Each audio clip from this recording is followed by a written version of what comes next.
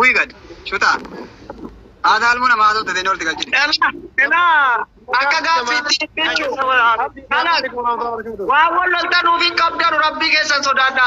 Ani qabameera kan na qabsiise ijoollee Harargee miti, Arsii miti, Baalee miti. Kan na qabsiise ijoollee keenya ijoollee Jimmaa Gaatiraati. Jara Numeeriifaadha. Jara Rakaayifaadha. Namoota na qabsiisanii qabaa ilma dhiiraa Oromoo qabamu nan qabamne ani.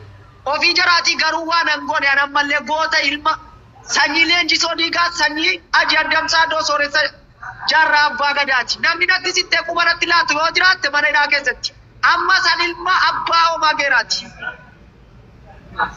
Qaama seeraatiin natti wajjiifte alagaadha rukuchiifte malee ofii keetii namni natti sittee na dhaate hanga har'aatti afaaniin dhidhiittan malee namni na dhaatan tokko hin jirtan. Garuu qaama seeraatiin alagaadha rukuchiisuu keessan mucaan waan akkanaa daldala. Daldala seeraan alaa daldala. Seera biyya kanaa hin ilaallanne hojjata jettanii alagaa gara jabinaan akka kanatti na rukuchiisuu keessantu natti dhaga'ame malee wallaahi qabaa maala na qofa qabame biyya Suudii keessa. Obboleettii koo meeqa kan isin agarsiisa. Obboleettii keenya meeqatiin immoo sadi baadhatee as nu bira ciisaa jira.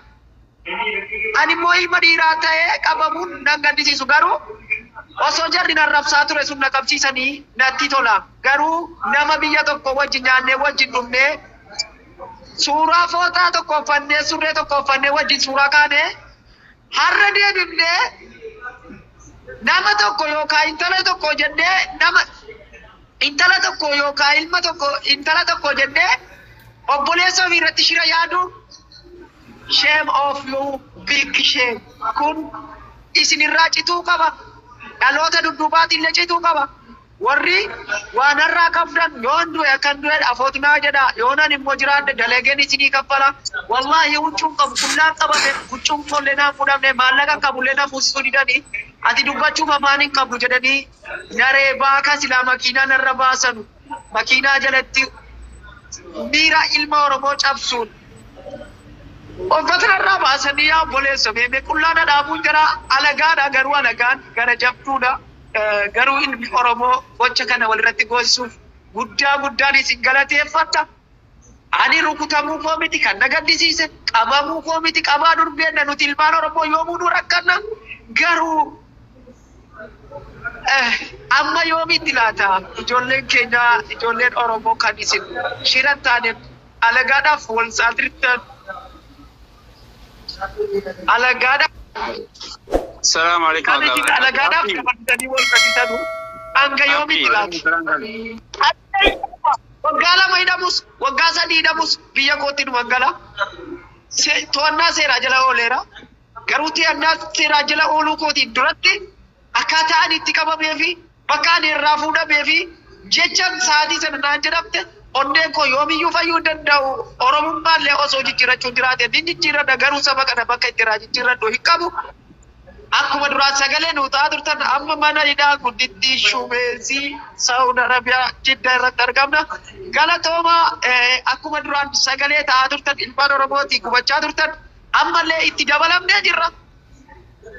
Kara aamilee nama aamilee ilma dhiiraa cabsuun dhannee itti dabalamneeti jirra. Egaan warri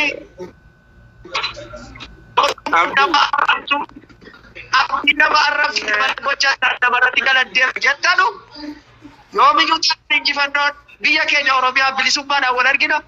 Warri mootu argina mataarraa aanneettanus isa gaa lubbuu isuma kaayetu fuudhaa amma maleedhaa Saawudii keessa jirra.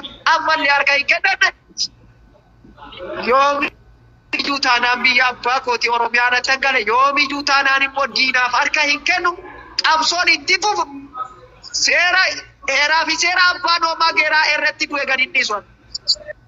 Ani eeraa fi seera abbaa homaa geeraa gadi dhiise du'ullee lubbuu koo yoo baate wallahi dantarraa qabu.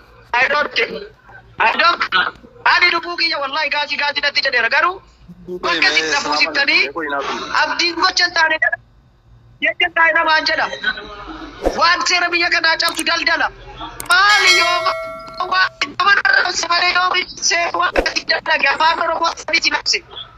afaan Oromoo afaan oromootiin ani isin arrabsa gocha taane amana arake fudhadhee taane fudhadhee seera biyya kana waan cabsi kana geeffee boonu haala arake fudhadhee mana arake jala bunaa argatani bunaa gadi jala bunaa argatani nama arrabsu oromiffaan ani isin arrabse galatooma ufaadha. Ofti salaam alaikum warahmatullahi. Yeroo fayyadii ilaanee rumtuu keessa.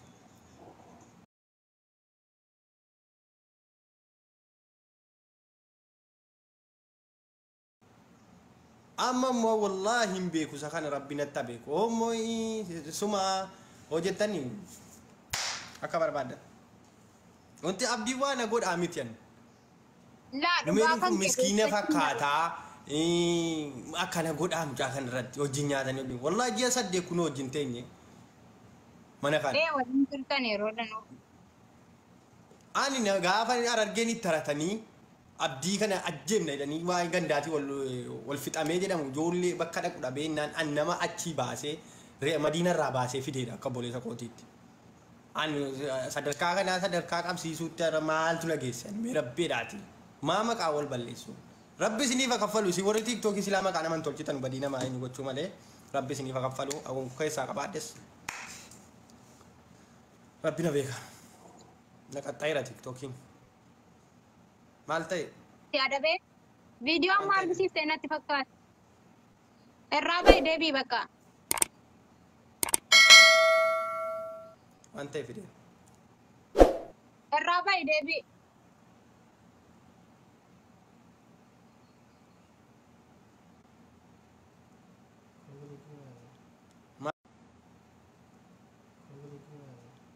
Maa inni koppilinkii godhaame wanti ta'e fideera. Kunoo asirra kaa'e.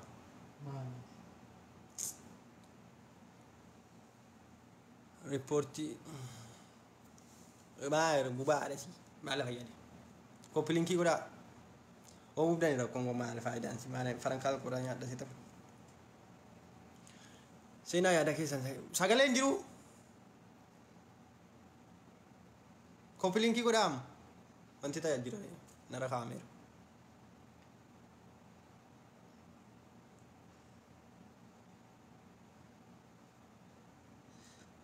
Era apa yang dia biar? Asirra kuno.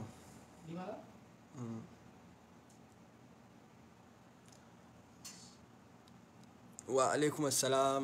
Jirta ada sana?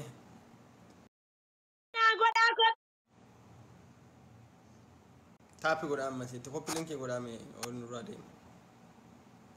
Numera, assalamualaikum. Namina mormitan isim mosoba dubinke ojetan igala. Waalaikumsalam. Akkam fayyadaa jirtaati. Fayyaa alhamdulillah jirta. Tokkoon kakatin al tokko kakattee miti kala. Abbaan si amanne si amanu, abbaan si amanu dhiisi adiisu. Maaltu kakachiisa waa'ee rakkeetiitiin? Kalas. Maal godhi qabsiiftatu ofi. Maa argaan jira mana banatanii namarraa isa takkana godhe jedhu nama ambee. Ajedhan waa tokkoon sodaatiin kana. Ati dhugaan keetiin qabaannaani uummanni ittuma Waalaikum salaam warahmatullahi wabarakatuh. Dubbichi dubbii beektaa namni nuti numeetii sinnee beennaa abdiigeraatti sinnee beennaa maal akka gidduu jiraa jirus jechuun adda addaa yaani jira akka ijoolleen kun akka jiraatan hunda yaadu quba qabna beektaa. Kan nama aarsiisa ijoolleen iddoo biraa dhuftee an taphaatti abduudhaasa tokko jedhe. Ammas immootu numeerii qofa osoo hin taane nama meeqa dhimma isaa jira jedhan. Mucaan tokko laata gastii michuudha dhuftee anatu maal godhee lookshinii natti ergeera garuu. Lookshinii ergeera gurbaa tokkotti ergee ka'een dhiisi jedheeni kuni jira siigalee kunis hin danda'amu osoo balaa awaa kabaluudha siigalee waan danuu jira waan ta'eef zimbiroomni kun waan akkasii kasii jechuun mixiin bakka laaftu dhiin ta'een beektaa numeerii kanatti dhugaa dubbachuudhaaf yeroo hunda waan isa hojii hin qabne keessatti waan inni goma qabne keessatti deddeebi'ee teenyu ta'a ture waan inni goma qabne keessatti deddeebi'ee dhugaa dubbachuudhaaf eeggadda dhiyoo immoo wal lamee ture ijoolleen walitti taraartanii beektaa asii emeeqoo Eenyutti dawwalee abbaatti dawwalamtan ba'a. Leengaddaa akkuma kana dubbuma abbaa qabutti callisee dubbatee jennaan kanas walitti sina gastii irraa bu'aa jennee deemnee ijoollee dhaqanii keessaan dubbatanii araatanii